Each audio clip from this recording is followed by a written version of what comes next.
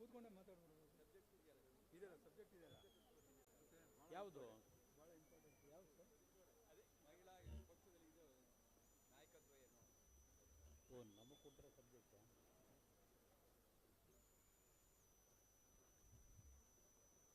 ಇವತ್ತಿನ ಬಾಬು ಜಗಜೀವನ್ ರಾಮ್ ಅವರ ಈ ಒಂದು ಸಭಾಭವನದಲ್ಲಿ ವಿಶ್ವ ಮಹಿಳಾ ದಿನಾಚರಣೆಯನ್ನು ಬಹುಶಃ ಪ್ರಥಮ ಬಾರಿಗೆ ಜಾತ್ಯತೀತ ಜನತಾದಳದ ಪಕ್ಷದಿಂದ ಇಷ್ಟೊಂದು ದೊಡ್ಡ ಮಟ್ಟದಲ್ಲಿ ಈ ಒಂದು ಕಾರ್ಯಕ್ರಮವನ್ನು ತಮ್ಮೆಲ್ಲರ ಬೆಂಬಲದೊಂದಿಗೆ ಇವತ್ತೇನು ಯಶಸ್ವಿಯಾಗಿ ನಿರ್ವಹಣೆ ಮಾಡಿದ್ದೀರಿ. ನಮ್ಮ ಮಹಿಳಾ ಘಟಕದ ಅಧ್ಯಕ್ಷರಾಗಿರತಕ್ಕಂಥ ಸಹೋದರಿ ರಶ್ಮಿ ರಾಮೇಗೌಡರು ಮತ್ತು ಅವರ ಜೊತೆಗೂಡಿ ಹಲವಾರು ನಮ್ಮ ಮಹಿಳಾ ಘಟಕಗಳ ಸಹೋದರಿಯರೆಲ್ಲರೂ ಸೇರಿ ಅತ್ಯಂತ ಯಶಸ್ವಿಯಾಗಿ ಈ ಕಾರ್ಯಕ್ರಮವನ್ನು ನಿರ್ವಹಣೆ ಮಾಡಿದ್ದೀರಿ. ಪ್ರಥಮವಾಗಿ ನಿಮ್ಮೆಲ್ಲರಿಗೆ ನನ್ನ ಗೌರವಪೂರ್ವಕವಾದಂಥ ವಂದನೆಗಳನ್ನು ಸಲ್ಲಿಸಲಿಕ್ಕೆ ಬಯಸ್ತೇನೆ. ನಾವು ಹಿಂದೆ ಎಲ್ಲ ಪ್ರತಿ ಬಾರಿ ಬಹುಶಃ ಪಕ್ಷದ ಕಚೇರಿನಲ್ಲಿ ಈ ಕಾರ್ಯಕ್ರಮ ಒಂದು ಸಾಂಕೇತಿಕವಾಗಿ ಮಾಡ್ತಾಯಿದ್ದು. ಆದರೆ ಇವತ್ತಿನ ದಿನ ಈ ಒಂದು ಮಹಿಳಾ ಸಮಾವೇಶವನ್ನು ನಮ್ಮ ಪಕ್ಷದ ಹಲವಾರು ನಮ್ಮ ಪ್ರಮುಖರು, ವಿಶೇಷವಾಗಿ ಬೆಂಗಳೂರು ನಗರದ ನಮ್ಮ ಸ್ನೇಹಿತರುಗಳೇನಿದ್ದೀರಿ, ಪ್ರಥಮ ಬಾರಿಗೆ ಮಹಿಳೆಯರಿಗೆ ಹೆಚ್ಚಿನ ಆದ್ಯತೆಯನ್ನು ಕೊಡತಕ್ಕಂಥದ್ರಲ್ಲಿ ತಾವೆಲ್ಲ ಏನು ಸಹಕಾರ ಕೊಟ್ಟಿದ್ದೀರಿ. ಎಲ್ಲರ ಹೆಸರನ್ನ ಹೇಳಲಿಕ್ಕೆ ಹೋದರೆ ಮತ್ತೆ ಇನ್ನೊಂದು 10 ನಿಮಿಷ ಹೇಳಬೇಕಾಗ್ತದೆ. ದಯವಿಟ್ಟು ಯಾರೂ ಅನ್ಯತಾ ಭಾವಿಸೋದು ಬೇಡ. ನಮ್ಮ ಕೃಷ್ಣಾರೆಡ್ಡಿ ಅವರು ಕೋರ್ ಕಮಿಟಿ ಅಧ್ಯಕ್ಷರು, ಅವರೊಬ್ಬರ ಹೆಸರು ಹೇಳ್ಬಿಡ್ತೀನಿ ನಿಮ್ಮೆಲ್ಲರ ಪರವಾಗಿ. ನಮ್ಮ ತಿಪ್ಪೇಸ್ವಾಮಿಯವರು ಸ್ವಲ್ಪ ಪ್ರತಿಯೊಂದು ಕೆಲಸಗಳನ್ನ ಇತ್ತೀಚೆಗೆ ಪಕ್ಷದ ಜವಾಬ್ದಾರಿಯನ್ನು ಪ್ರಾಮಾಣಿಕವಾಗಿ ನಿರ್ವಹಣೆ ಮಾಡ್ತಿದ್ದಾರೆ. ಇವತ್ತಿನ ಈ ಕಾರ್ಯಕ್ರಮ ಒಂದು ವಿಶೇಷವಾದಂಥ ರೀತಿಯ ಕಾರ್ಯಕ್ರಮ, ಹೊಸ ರೀತಿಯಲ್ಲೇ ಮಾಡ್ತಾ ಇದ್ದೀರಿ. ಈಗಾಗಲೇ ನಮ್ಮ ರಾಷ್ಟ್ರೀಯ ಅಧ್ಯಕ್ಷರು ಈ ಒಂದು ಮೀಸಲಾತಿಯ ಬಗ್ಗೆ ಮತ್ತು ಮಹಿಳೆಯರು ವಿಶೇಷವಾಗಿ ಈ ಸಮಾಜದ ಬೆಳವಣಿಗೆಗೆ ಪ್ರಮುಖವಾದಂಥ ಪಾತ್ರ ನಿರ್ವಹಣೆ ಮಾಡಬೇಕು ಅಂತಕ್ಕಂಥದ್ದು ಅವರ ಸುದೀರ್ಘ ರಾಜಕಾರಣದಲ್ಲಿ ಪ್ರತಿಯೊಬ್ಬ ಮಹಿಳೆಗೆ ಇವತ್ತು ಸಮಾಜದಲ್ಲಿ ಗೌರವ ದೊರಕಬೇಕು ಅಂತಕ್ಕಂಥದ್ದು ಅವರ ಮೂಲ ಉದ್ದೇಶ ಇರ್ತಕ್ಕಂಥದ್ದು. ನಿಮ್ಮೆಲ್ಲರಿಗೆ ನೆನಪಿಸ್ಕೊಡ್ತೇನೆ, ಈ ರಾಜ್ಯದಲ್ಲಿ ಪ್ರಥಮ ಬಾರಿಗೆ ಶಿಕ್ಷಣ ಇಲಾಖೆಯಲ್ಲಿ ಶಿಕ್ಷಕರ ನೇಮಕಾತಿಯನ್ನು ಸುಮಾರು 1.5 ಲಕ್ಷ ಶಿಕ್ಷಕರುಗಳನ್ನು ನೇಮಕ ಮಾಡಬೇಕಾದ್ರೆ 75% ಮಹಿಳಾ ಶಿಕ್ಷಕರನ್ನ ನೇಮಕ ಮಾಡತಕ್ಕಂಥ ಪ್ರಥಮವಾದಂಥ ಒಂದು ತೀರ್ಮಾನ ಮಾಡಿದ್ದು ಸನ್ಮಾನ್ಯ ದೇವೇಗೌಡರು. ಇವತ್ತು ಅವರು ತೆಗೆದುಕೊಂಡಂಥ ನಿರ್ಧಾರದಿಂದ ಶಿಕ್ಷಣ ಇಲಾಖೆಯಲ್ಲಿ ನೀವು ಯಾವುದೇ ಹಳ್ಳಿಗೆ ಹೋಗಿ ಇವತ್ತಿನ ಮುಂದಿನ ಮಕ್ಕಳ ಒಂದು ಭವಿಷ್ಯವನ್ನು ನಿರ್ಮಾಣ ಮಾಡ್ತಕ್ಕಂಥ ಕೆಲಸದಲ್ಲಿ ಮಹಿಳೆಯರ ಸಂಖ್ಯೆ ಜಾಸ್ತಿ ಇದೆ ಶಿಕ್ಷಕರದು. ಇನ್ನು ನಿಮ್ಮ ಗ್ರಾಮ ಪಂಚಾಯಿತಿ, ತಾಲೂಕ್ ಪಂಚಾಯಿತಿ, ಜಿಲ್ಲಾ ಪಂಚಾಯಿತಿ, ಪಟ್ಟಣ ಪಂಚಾಯಿತಿಗಳು, ಮಹಾನಗರ ಪಾಲಿಕೆ ಇರ್ಬೋದು, ಆ ಒಂದು ಸ್ಥಳೀಯ ಸಂಸ್ಥೆಗಳಲ್ಲೂ ಮಹಿಳೆಯರಿಗೆ 50% ಇರಬೇಕು ಅಂತ ತೀರ್ಮಾನ ತೆಗೆದುಕೊಂಡಂಥದ್ದು ಸನ್ಮಾನ್ಯ ದೇವೇಗೌಡರು. ಅದರ ಹಿನ್ನೆಲೆಯಲ್ಲಿ ಇವತ್ತು ಯಾವುದೇ ಒಂದು ಪಂಚಾಯಿತಿಗಳಲ್ಲಿ ನೀವು ಇವತ್ತು ಕಾಣತಕ್ಕಂಥದ್ದು ಜಿಲ್ಲಾ ಪಂಚಾಯಿತಿಯಿಂದ ಗ್ರಾಮ ಪಂಚಾಯಿತಿಯವರೆಗೆ ನಾವು ಎಲ್ಲೇ ಹೋದರೂ 50% ನಮ್ಮ ಮಹಿಳೆಯರು ಇವತ್ತು ಕೆಲಸವನ್ನು ನಿರ್ವಹಣೆ ಮಾಡ್ತಾ ಇರ್ತಕ್ಕಂಥದ್ದು ಜನಪ್ರತಿನಿಧಿಗಳಾಗಿ ನೀವು ಕಾಣ್ತಾ ಇದ್ದೀರಿ. 1996 ಅವರು ಪ್ರಧಾನಮಂತ್ರಿಗಳಾಗಿ ಹೋದ ಮೇಲೆ ಕೇಂದ್ರದಲ್ಲಿ ಲೋಕಸಭೆ ಮತ್ತು ರಾಜ್ಯಸಭೆಯಲ್ಲಿ 33% ಮಹಿಳೆಯರಿಗೆ ಮೀಸಲಾತಿಯನ್ನು ಕೊಡಬೇಕು ಅಂತ ಹೇಳಿ ರಾಜ್ಯಸಭೆಯಲ್ಲಿ ಏನೋ ಒಂದು ವಿಧೇಯಕ ಮಂಡನೆ ಮಾಡಿದ್ದು ಸನ್ಮಾನ್ಯ ದೇವೇಗೌಡರು ಪ್ರಧಾನಮಂತ್ರಿಗಳಿದ್ದಾಗ. ಅದಕ್ಕಿಂತ ಮುಂಚೆ ನರಸಿಂಹರಾಯರು ಪ್ರಧಾನಮಂತ್ರಿಗಳಿದ್ದಾಗ, ಕಾಂಗ್ರೆಸ್ ಪಕ್ಷ ಅಧಿಕಾರದಲ್ಲಿದ್ದಾಗ ನಮ್ಮ ರಾಜ್ಯದ ನಮ್ಮ ಲೀಲಾದೇವಿ ಆರ್ ಪ್ರಸಾದ್ ಅವರೇನಿದ್ದಾರೆ ಅವರ ಜೊತೆಯಲ್ಲಿ ಒಂದು ನಿಯೋಗ 25 ಮಹಿಳೆಯರನ್ನು ಅವರು ಕರೆದುಕೊಂಡು ದೆಹಲಿಗೆ ಹೋಗಿ ಅವತ್ತಿನ ಕಾಂಗ್ರೆಸ್ ಸರ್ಕಾರದ ಮೇಲೆ ಒತ್ತಡ ಹಾಕಿದರು. ಆದರೆ ಅದು ದೇವೇಗೌಡರೇ ಪ್ರಧಾನಮಂತ್ರಿಗಳಾದಂಥ ಹಿನ್ನೆಲೆಯಲ್ಲಿ ಅದಕ್ಕೆ ಒಂದು ಚಾಲನೆ ದೊರಕಿತು. ದೇವೇಗೌಡರಿಗಾಗಲೇ ಏನು ಹೇಳಿದ್ದಾರೆ, ಈ ಒಂದು ಅವರ ಒಂದು ಏನು ಒಂದು ತೀರ್ಮಾನಗಳನ್ನು ಮಾಡಬೇಕು ಅಂತ ಇದ್ದರು, ಅವರ ಒಂದು ಕನಸೇನಿತ್ತು ಅದನ್ನು ನರೇಂದ್ರ ಮೋದಿಯವರು ಇತ್ತೀಚಿನ ವರ್ಷಗಳಲ್ಲಿ ಈ ಮೀಸಲಾತಿಯನ್ನು ಲೋಕಸಭೆಯಲ್ಲೂ ಒಪ್ಪಿಗೆಯನ್ನು ಪಡೀತಕ್ಕಂಥಲ್ಲಿ ಯಶಸ್ವಿಯಾಗಿದ್ದಾರೆ. 2028 ಕೆಲವರು ಹೇಳಿದ್ದಾರೆ ಮಹಿಳಾ ಮೀಸಲಾತಿ ಬರಬಹುದು ಅಂತ ಹೇಳಿ, ವಿಧಾನಸಭೆಗೆ ಬರ್ಬೋದು ಅಂತ ಹೇಳಿ, ಲೋಕಸಭೆಗೆ ಬರ್ಬೋದು ಅಂತ. ಆದರೆ ನನಗಿರ್ತಕ್ಕಂಥ ಒಂದು ಈಗಿನ ಒಂದು ಪರಿಸ್ಥಿತಿನಲ್ಲಿ ಮಾಹಿತಿ ಬಹುಶಃ 28 ಸಾಧ್ಯ ಇಲ್ಲ, 32-33ನೇ ಇಸ್ವಿನಲ್ಲಿ ಬರ್ಬೋದು ಅಂತಕ್ಕಂಥದ್ದು ನನ್ನ ಅಭಿಪ್ರಾಯ. ಹೆಚ್ಚಿನ ಸಂಖ್ಯೆಯಲ್ಲಿ ಮಹಿಳೆಯರಿದ್ದೀರಿ. ಪಂಚಾಯಿತಿ ಮಟ್ಟದಲ್ಲಿ, ಜಿಲ್ಲಾ ಪಂಚಾಯಿತಿ ಮಟ್ಟದಲ್ಲಿ, ತಾಲೂಕು ಪಂಚಾಯಿತಿ ಮಟ್ಟದಲ್ಲಿ ಇವತ್ತೇನು ನೀವು ರೆಪ್ರೆಸೆಂಟ್ ಮಾಡ್ತಾ ಇದ್ದೀರಿ, ಸ್ವಲ್ಪ ನಾಯಕತ್ವದ ಒಂದು ನಡವಳಿಕೆಯನ್ನು ಬೆಳೆಸ್ಕೊಳ್ಕೋಬೇಕು ಅಂತಕ್ಕಂಥದ್ದು ನನ್ನ ಅಭಿಪ್ರಾಯ.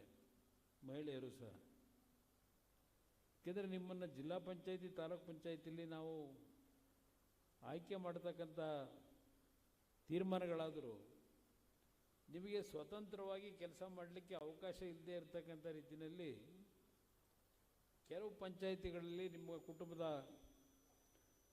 ತಂದೆನೋ ಇಲ್ಲ ಅಣ್ಣನೋ ಇಲ್ಲ ನಿಮ್ಮ ಮದುವೆ ಆಗಿರ್ತಕ್ಕಂಥ ಯಜಮಾನರು ಸ್ವಲ್ಪ ನಿಮ್ಮ ಒಂದು ಹಕ್ಕನ್ನು ಮೊಟಕುಗೊಳಿಸ್ತಕ್ಕಂಥದ್ದು ಗಮನಿಸಿದ್ದೇವೆ. ಅದಕ್ಕೆ ಕಾರಣ ನಿಮ್ಮಲ್ಲಿರ್ತಕ್ಕಂಥ ವೀಕ್ನೆಸ್. ವಿಷಯಗಳನ್ನು ತಿಳ್ಕೋಬೇಕು. ಈಗ ಮೀಸಲಾತಿಯ ಈ ಒಂದು ವ್ಯವಸ್ಥೆಯಲ್ಲಿ ಹಲವಾರು ರೀತಿಯಲ್ಲಿ ನಿಮಗೆ ತರಬೇತಿ ಕೊಡ್ತಕ್ಕಂಥದ್ದು ನಡೀತಾ ಇದೆ. ನಮ್ಮ ಗ್ರಾಮ ಪಂಚಾಯಿತಿಯ ಸದಸ್ಯರುಗಳಿಗೆ ತರಬೇತಿ ಕೊಡ್ತಕ್ಕಂಥದ್ದು, ತಾಲೂಕು ಪಂಚಾಯಿತಿ, ಜಿಲ್ಲಾ ಪಂಚಾಯಿತಿಯಲ್ಲಿ ತರಬೇತಿ ಕೊಡ್ತಕ್ಕಂಥದ್ದು ನೋಡ್ತಿದ್ದೀರಿ. ಕೆಲವು ಮಹಿಳೆಯರು ಈ ಜನಪ್ರತಿನಿಧಿಗಳಾಗಿ ಅತ್ಯಂತ ಯಶಸ್ವಿಯಾಗಿ ವಿಧಾನಸಭೆಯಲ್ಲಿ ಕಲಾಪಗಳಲ್ಲಿರ್ಬೋದು, ಇಲ್ಲ ಅವರ ಒಂದು ಸ್ಥಾನದಲ್ಲಿ ಉತ್ತಮವಾದಂಥ ಕೆಲಸ ಮಾಡ್ತಾ ಇರತಕ್ಕಂಥವರು ಇದ್ದಾರೆ. ಈಗ ಈ ದೇಶ ಆಳಿರ್ತಕ್ಕಂಥ ಇಂದಿರಾ ಗಾಂಧಿಯವರನ್ನು ತಾವು ನೋಡಿದ್ದೀರಿ. ಇವತ್ತು ವೆಸ್ಟ್ ಬೆಂಗಾಲ್ನಲ್ಲಿ ಮಮತಾ ಬ್ಯಾನರ್ಜಿ ನೋಡ್ತಾ ಇದ್ದೀರಿ. ಅವರೆಲ್ಲ ಯಾವ ರೀತಿ ಕೆಲಸ ನಿರ್ವಹಣೆ ಮಾಡ್ತಾ ಇದ್ದಾರೆ. ಈವನ್ ಈಗ ನಮ್ಮ ಮುಂದೆ ಇಲ್ಲದೆ ಇರತಕ್ಕಂಥ ಜಯಲಲಿತಾ ಅವರೊಬ್ಬ ಕನ್ನಡದ ಹೆಣ್ಣುಮಗಳಾಗಿ ತಮಿಳುನಾಡಿನಲ್ಲಿ ಹೋಗಿ ರಾಜಕೀಯದ ಸಂಪೂರ್ಣವಾದಂಥ ಶಕ್ತಿಯನ್ನು ಅವರು ಪಡೆದಂಥದ್ದೇನಿದೆ, ಇದೆಲ್ಲ ನಿಮ್ಮ ಕಣ್ಣು ಮುಂದೆ ಏನಿದೆ, ಇವರೆಲ್ಲ ನಿಮಗೆ ಬಹುಶಃ ರಾಜಕಾರಣದಲ್ಲಿ ಮಾರ್ಗದರ್ಶನಕ್ಕೆ ಇರ್ತಕ್ಕಂಥ ಆದರ್ಶ ಮಹಿಳೆಯರು ಅವರೆಲ್ಲ ಅಂತಕ್ಕಂಥದ್ದು ನಾನು ಈ ಸಂದರ್ಭದಲ್ಲಿ ಹೇಳ್ತೀನಿ. ಅವ್ರು ತೆಗೆದುಕೊಂಡ ನಿರ್ಧಾರಗಳು ಏನಾದರೂ ಇರಲಿ ಕೆಲವು ಸಂದರ್ಭದಲ್ಲಿ, ಇವತ್ತು ಅವರ ಒಂದು ಯಶಸ್ಸನ್ನು ನೀವೇನು ನೋಡ್ತೀರಿ, ಬರೀ ರಾಜಕೀಯದಲ್ಲಿ ಹೇಳೋದಿಲ್ಲ, ಇವತ್ತು ಹಲವಾರು ರಂಗದಲ್ಲಿ ಮಹಿಳೆಯರು ಪುರುಷರಿಗಿಂತ ನಾವೇನು ಕಡಿಮೆ ಇಲ್ಲ ಅಂತಕ್ಕಂಥ ಸಾಧನೆಗಳನ್ನು ಮಾಡಿರ್ತಕ್ಕಂಥದ್ದು ನಾವು ನೋಡ್ತಾ ಇದ್ದೇವೆ. ಒಂದು ಕಾಲದಲ್ಲಿ ಮಹಿಳೆಯರು ಅಂದರೆ ಅಡುಗೆ ಮನೆಗೆ ಮಾತ್ರ ಸೀಮಿತವಾಗಿದ್ದರು. ಗ್ರಾಮೀಣ ಪ್ರದೇಶಗಳಲ್ಲಿ ದನ ಕರುಗಳನ್ನು ಸಾಕ್ತಕ್ಕಂಥದ್ದಕ್ಕೆ ಅವರ ಒಂದು ಮಹಿಳೆಯರ ಪಾತ್ರಗಳೇನು ನಿರ್ವಹಣೆ ಆಗ್ತಿತ್ತು ಗ್ರಾಮೀಣ ಪ್ರದೇಶದಲ್ಲಿ, ದನದ ಕೋಟೆಗಳಲ್ಲಿ ಕೆಲಸ ಮಾಡೋದು, ಅಡುಗೆ ಮಾಡೋದು ಅಷ್ಟೇ ಅವರ ಜವಾಬ್ದಾರಿ ಅಂತಕ್ಕಂಥ ರೀತಿಯಲ್ಲಿ ಮಹಿಳೆಯರನ್ನು ನಾವೇನು ಹಿಂದಿನ ದಿನಗಳಲ್ಲಿ ಒಂದು ರೀತಿಯಲ್ಲಿ ಅವರಿಗೆ ಅವರ ಒಂದು ಹಕ್ಕನ್ನು ಮೊಟಕುಗೊಳಿಸ್ತಾ ಇದ್ದಂಥ ದಿನಗಳೇನಿತ್ತು, ಈಗ ಆ ದಿನಗಳಿಲ್ಲ. ಇವತ್ತಿನ ಈ ಒಂದು ಜಾಗತೀಕರಣದ ಹಿನ್ನೆಲೆಯಲ್ಲಿ ಪುರುಷರಿಗೆ ಸರಿಸಮನರಾಗಿ ಜೀವನದಲ್ಲಿ ಇವತ್ತು ಯಶಸ್ಸನ್ನು ಕಾಣ್ತಕ್ಕಂಥದ್ದಕ್ಕೆ ಈ ಜಾಗತೀಕರಣ ಯುಗದಲ್ಲಿ ನೀವು ಕಾಣ್ತಾ ಇದ್ದೀರಿ. ಯಾವುದೇ ಸರ್ಕಾರದ ಕೆಲಸಗಳಿಗೆ ಹೋಗಿ, ಖಾಸಗಿ ಕಾರ್ಖಾನೆಗಳಿಗೆ ಹೋಗಿ ಹೆಚ್ಚಿನ ರೀತಿಯಲ್ಲಿ ಮಹಿಳೆಯರು ಇರ್ತಕ್ಕಂಥದ್ದನ್ನು ತಾವೆಲ್ಲ ಗಮನಿಸ್ತಾ ಇದ್ದೀರಿ. ಇವತ್ತು ತಾಂತ್ರಿಕ ವಿಜ್ಞಾನ ಇರ್ಬೋದು, ನಮ್ಮ IT ಇಂಡಸ್ಟ್ರಿಗಳಿರ್ಬೋದು, ಈ ಎಲ್ಲ ಕಡೆ ಇವತ್ತು ಹೆಚ್ಚಿನ ಒಂದು ಸಂಖ್ಯೆಯಲ್ಲಿ ಮಹಿಳೆಯರು ಕೆಲಸ ಮಾಡೋದನ್ನು ನೋಡ್ತಾ ಇದ್ದೀರಿ. ಇವತ್ತು ನಾವು ಶಿಕ್ಷಣದ ಬಗ್ಗೆ ಚರ್ಚೆ ಮಾಡೋದಾದರೆ ಗಂಡು ಮಕ್ಕಳಿಗಿಂತ ಹೆಣ್ಣು ಮಕ್ಕಳು ಶಿಕ್ಷಣದಲ್ಲಿ ಮುಂದೆ ಬರ್ತಾ ಇರತಕ್ಕಂಥದ್ದನ್ನು ನಾವು ನೋಡ್ತಾ ಇದ್ದೇವೆ. ಹಲವಾರು ರೀತಿಯ ಸಮಸ್ಯೆಗಳಿದ್ದರು. ಅದರಿಂದ ಇವತ್ತು ನಾನು ವಿಶೇಷವಾಗಿ ಈ ಒಂದು ವೇದಿಕೆ ಮುಖಾಂತರ ಮುಂದಿನ ದಿನಗಳು ನಿಮ್ಮ ಜವಾಬ್ದಾರಿ ಹೆಚ್ಚಿನ ರೀತಿಯಲ್ಲಿದೆ ಮಹಿಳೆಯರಿಗೆ. ಇವತ್ತು ಹಿಂದೆ ನಿಮಗೇನು ದೈಹಿಕವಾಗಿ ಮಾನಸಿಕವಾಗಿ ಹಿಂಸೆಗಳನ್ನು ಕೊಡ್ತಾ ಇದ್ದಂಥ ದಿನಗಳೇನಿತ್ತು ನಾವು ಚಿಕ್ಕ ಹುಡುಗರಿದ್ದಾಗ, ಅಂಥ ಒಂದು ವಾತಾವರಣ ಇವತ್ತಿಲ್ಲ. ನಿಮ್ಗೆ ಯಾರೂ ದುರ್ಬಳಕೆ ಮಾಡ್ಕೊಳ್ಳಿಕ್ಕೂ ಆಗಲ್ಲ. ನಿಮಗೆ ಆ ಒಂದು ಶಕ್ತಿ ಇವತ್ತಿದೆ, ನಿಮಗೆ ಅದನ್ನು ಸರಿಯಾದ ದಾರಿನಲ್ಲಿ ಬಳಕೆ ಮಾಡ್ಕೊಳ್ಳಿ ಅಂತಕ್ಕಂಥದ್ದು ನನ್ನ ಅಭಿಪ್ರಾಯ. ನಾನು ಮಹಿಳೆಯರಿಗೆ ವಿಶೇಷವಾಗಿ ಒಂದು ರಾಜಕೀಯದಲ್ಲಿ ಆಸಕ್ತಿಯನ್ನು ಹೊಂದಿರತಕ್ಕಂಥವ್ರಿಗೆ ಹೇಳ್ತಕ್ಕಂಥದ್ದು, ತಾವುಗಳು ಹೆಚ್ಚಿನ ರೀತಿಯಲ್ಲಿ ತಾವು ವಾಸ ಮಾಡತಕ್ಕಂಥ ಬಡಾವಣೆಗಳಲ್ಲಿ ಜನರ ಜೊತೆಯಲ್ಲಿ ಬೆರೆತು ನೀವು ಕೆಲಸ ಮಾಡಬೇಕು. ಅದು ಬಹುಶಃ BJPನಲ್ಲಿ ಸ್ವಲ್ಪ ಹೆಚ್ಚಿನ ರೀತಿಯಲ್ಲಿ ಅವರಿಗೆ ತಯಾರು ಮಾಡ್ತಾರೆ. ನಮ್ಮಲ್ಲಿ ಸ್ವಲ್ಪ ಇನ್ನೂ ನಾವು ಗ್ರಾಮೀಣ ಸಂಸ್ಕೃತಿಯಲ್ಲೇ ಇರ್ತಕ್ಕಂಥವರೇ ಹೆಚ್ಚಿನ ಸಂಖ್ಯೆಯ ನಮ್ಮ ತಾಯಂದಿರಿದ್ದಾರೆ, ಸಹೋದರಿಯರು. ನೀವುಗಳು ಸ್ವಲ್ಪ ಈಗಿನ ಒಂದು ಸಮಾಜ ಯಾವ ರೀತಿ ಹೋಗ್ತಾ ಇದೆ, ಒಂದು ಉತ್ತಮವಾದಂಥ ರೀತಿಯಲ್ಲಿ ನಿಮ್ಮ ಶಕ್ತಿಯನ್ನು ಸಂಘಟನೆಯಲ್ಲಿ ಬಳಕೆ ಮಾಡಿಕೊಂಡ್ರೆ ನಿಮ್ಮಗಳಿಗೆ ಮುಂದಿನ ದಿನಗಳಲ್ಲಿ ಈ ಒಂದು ಮೀಸಲಾತಿಯ ವ್ಯವಸ್ಥೆ ಒಳಗೆ ಬಹುಶಃ ಮುಂದಿನ ದಿನಗಳಲ್ಲಿ ವಿಧಾನಸಭೆಗಳಲ್ಲಿ, ಲೋಕಸಭೆಯಲ್ಲಿ ಅತ್ಯಂತ ಮಹತ್ತರವಾದಂಥ ಪಾತ್ರ ನಿರ್ವಹಣೆ ಮಾಡ್ತಕ್ಕಂಥ ಕೆಲಸ ನಿಮಗೆ ದೊರಕ್ತದೆ. ಇವತ್ತು ಕರ್ನಾಟಕ ರಾಜ್ಯದಲ್ಲೇ ನಾವು ಲೆಕ್ಕಾಚಾರ ಮಾಡಿದ್ರೆ 224 ಇರ್ತಕ್ಕಂಥ ವಿಧಾನಸಭಾ ಕ್ಷೇತ್ರದಲ್ಲಿ ಬಹುಶಃ 70-75 ಜನ ಮಹಿಳೆಯರೇ ಇರ್ತಾರಲ್ವ ಸರ್? 75 ಜನ ಶಾಸಕರು ಮಹಿಳೆಯರೇ ಇರ್ತೀರಿ ನೀವು ವಿಧಾನಸಭೆಯಲ್ಲಿ. ನೀವು ಸ್ವಲ್ಪ ಮನಸ್ಸು ಮಾಡಿದ್ರೆ ನೀವೇ ಮುಖ್ಯಮಂತ್ರಿಗಳಾಗ್ಬೋದು.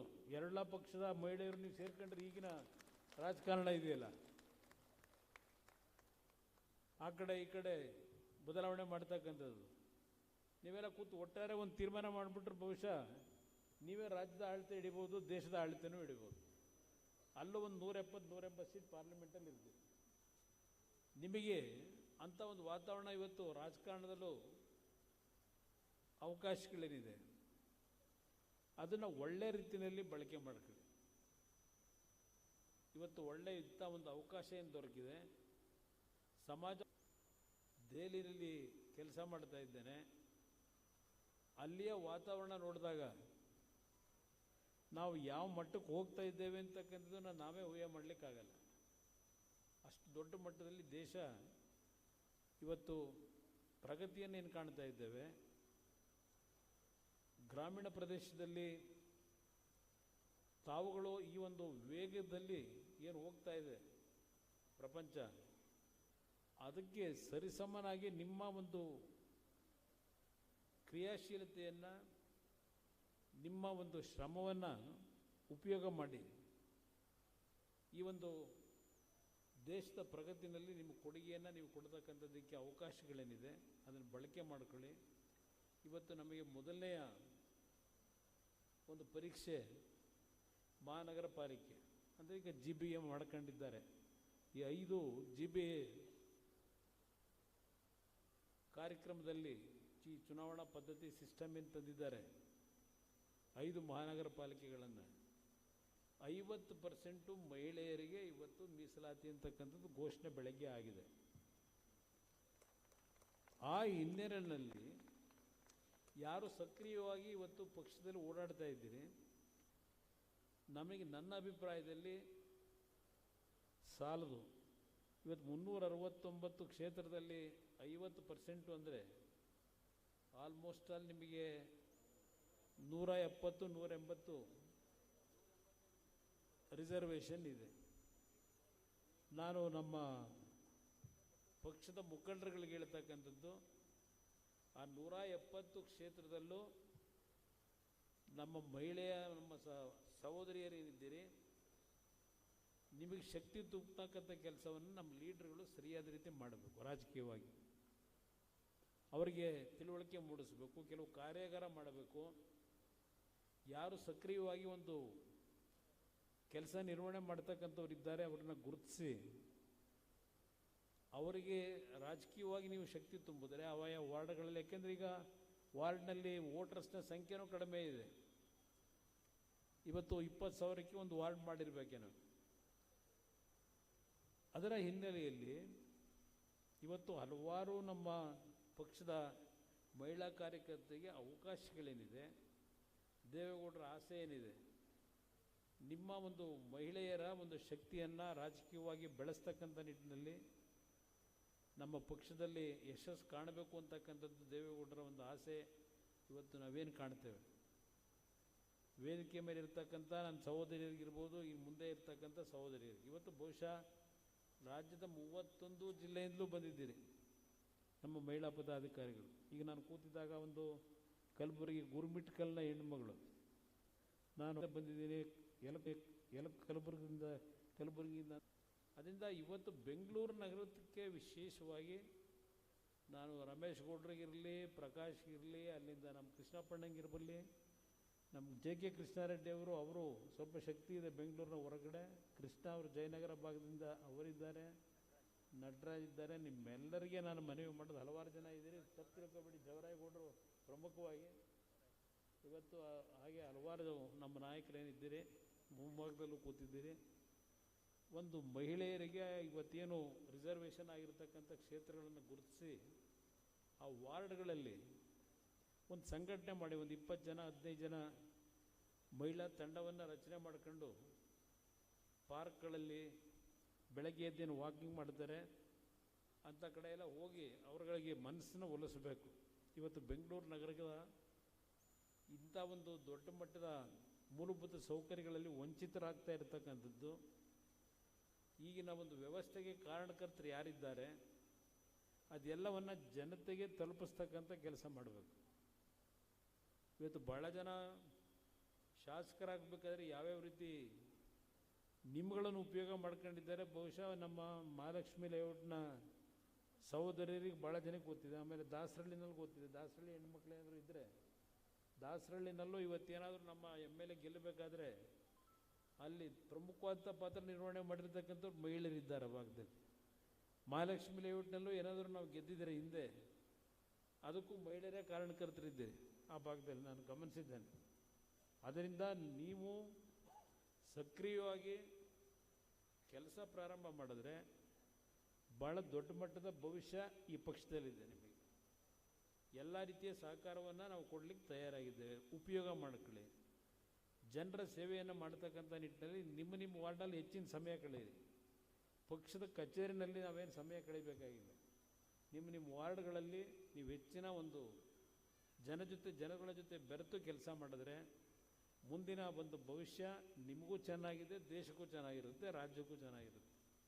ಆ ನಿಟ್ಟಿನಲ್ಲಿ ಇವತ್ತು ಈ ಒಂದು ಮಹಿಳಾ ವಿಶ್ವ ಮಹಿಳಾ ದಿನಾಚರಣೆಯನ್ನು ನಾವೆಲ್ಲ ಆಚರಣೆ ಮಾಡ್ತಕ್ಕಂಥದ್ದಲ್ಲಿ ಉತ್ಸಾಹದಲ್ಲಿ ನಮ್ಮ ಸಹೋದರಿಯರೇನು ಸೇರಿದ್ದೀರಿ, ಇವತ್ತೊಂದು ಶಪಥ ಮಾಡಿ ಇವತ್ತು ಕರ್ನಾಟಕದಲ್ಲಿ ಜನತಾದಳದ ವತಿಯಿಂದ ಹೆಚ್ಚಿನ ಮಹಿಳೆಯರು ಈ ಒಂದು ನಮ್ಮ ಅಗ್ನಿ ಪರೀಕ್ಷೆ ಏನಿದೆ ಬೆಂಗಳೂರು ನಗರದಲ್ಲಿ ಹೆಚ್ಚಿನ ಸಂಖ್ಯೆಯ ಮಹಿಳಾ ಪೌರ ನಮ್ಮ ಕಾರ್ಪೊರೇಟರ್ಗಳು ನಾವು ಗೆದ್ದು ಬರ್ತಕ್ಕಂಥದ್ದಕ್ಕೆ ನಾವು ಶಪಥ ತೊಡ್ತೀವಿ ಈ ಒಂದು ಸಭೆಯಲ್ಲಿ ಅಂತಕ್ಕಂಥದ್ದನ್ನು ನಮ್ಮ ಸಹೋದರಿಯರು ಈ ಕಾರ್ಯಕ್ರಮದಲ್ಲಿ ಮನಸ್ಸಿನಲ್ಲಿ ಸಂಕಲ್ಪವನ್ನು ತೊಡೋದ್ರ ಮುಖಾಂತರ ಈ ಒಂದು ಮೀಸಲಾತಿಯ ವ್ಯವಸ್ಥೆ ಇವತ್ತು ಜಾರಿಗೆ ಬರೋದರಿಂದ ಇವತ್ತು ನಾವು ಈ ದೇಶದ ಒಂದು ಅಭಿವೃದ್ಧಿಗೆ ನಮ್ಮೆಲ್ಲರ ಒಂದು ಕಾಣಿಕೆಯನ್ನು ಕೊಡಲಿಕ್ಕೆ ತಯಾರಾಗಿದ್ದೇವೆ, ಈ ದೇಶದ ಪ್ರಗತಿಗೆ ನಮ್ಮ ಕಾಣಿಕೆಯನ್ನು ಕೊಡಲಿಕ್ಕೆ ತಯಾರಾಗಿದ್ದೇವೆ ಅಂತಕ್ಕಂಥ ಒಂದು ಛಲ ನಿಮ್ಮಲ್ಲಿ ಬರಬೇಕು ಅಂತಕ್ಕಂಥದ್ದು ಹೇಳಿ ನಿಮ್ಮೆಲ್ಲರಿಗೆ ಭಗವಂತ ಒಳ್ಳೇದು ಮಾಡಲಿ ಅಂತಕ್ಕಂಥ ಶುಭ ಹಾರೈಸಿ